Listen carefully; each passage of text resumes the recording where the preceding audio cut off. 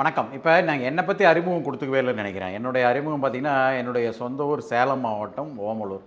நான் என்ஜினியரிங் படித்தது CID Coimbatore, MBA படித்தது காலேஜ் ஆஃப் இன்ஜினியரிங் கிண்டி. அதுக்கப்புறம் ஒரு 6 வருடம் பேரி அண்ட் கம்பெனி நிறுவனம் இருக்குது பாருங்கள், நம்ம பாரிஸ் கார்னரில் டேர் ஹவுஸ்னு இருக்கும். அதை வச்சு தான் பாரிஸ் கார்னர்னே பேர். அந்த நிறுவனத்தில் என்னுடைய கேரியரை தொடங்கினேன் மார்க்கெட்டிங்கில்.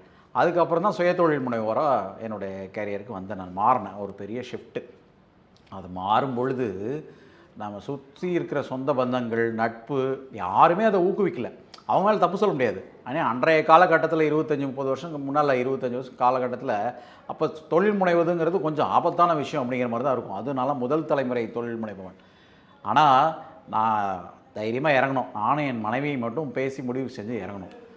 தொழில் முனைவர் அந்த ஐடியா, அந்த யோசனை வரும்பொழுது அப்போ என்ன சொல்கிறாங்கன்னா, நிறைய பேரை கலந்து ஆலோசிக்காதீங்க அப்படிங்கிறாங்க. ஆலோசிச்சிங்கன்னா உங்களுடைய யோசனை வந்து நீர்த்து போயிடும் அப்படின்னு. ஏன்னா நீங்கள் அதை பேச பேச பேச பேச அந்த ஐடியாவை பேச பேச பேச கேள்வி மேலே கேள்வி எழும்ப எழும்ப நீங்கள் ஒரு தைரியமான முடிவுக்கு வர மாட்டீங்க அப்படின்னு. அதாவது ரொம்ப நாலேட்ஜ் இருந்தாலும் நல்லது இல்லைன்றாங்க. நிறையா புக்ஸே இருக்குது அந்த மாதிரிலாம். அதனால் அந்த என்னுடைய விஷயத்தை எடுத்துட்டிங்கன்னா ரொம்பலாம் யோசிக்கல. ஓகே, ட்ரை பண்ணி தானே பார்க்கலாம் அப்படின்னு சொல்லிட்டு வந்துட்டோம்.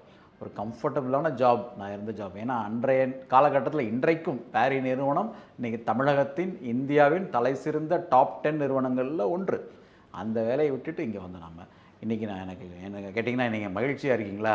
எப்படி தொழில் தொடர் பயணம் எப்படின்னா அருமையான ஒரு அனுபவம், அட்டகாசமான அனுபவம் அப்படின்னு தான் சொல்லுவேன். அதனால் இது தனிப்பட்ட முடிவு தான். ஆனால் ஒருத்தருடைய தனிப்பட்ட முடிவு. சுயதொழில் முனைய வேண்டும்னு முடிவெடுத்திங்கன்னா தைரியமாக முடிவெடுங்க. உலகம் உங்களை வரவேற்கும். நன்றி.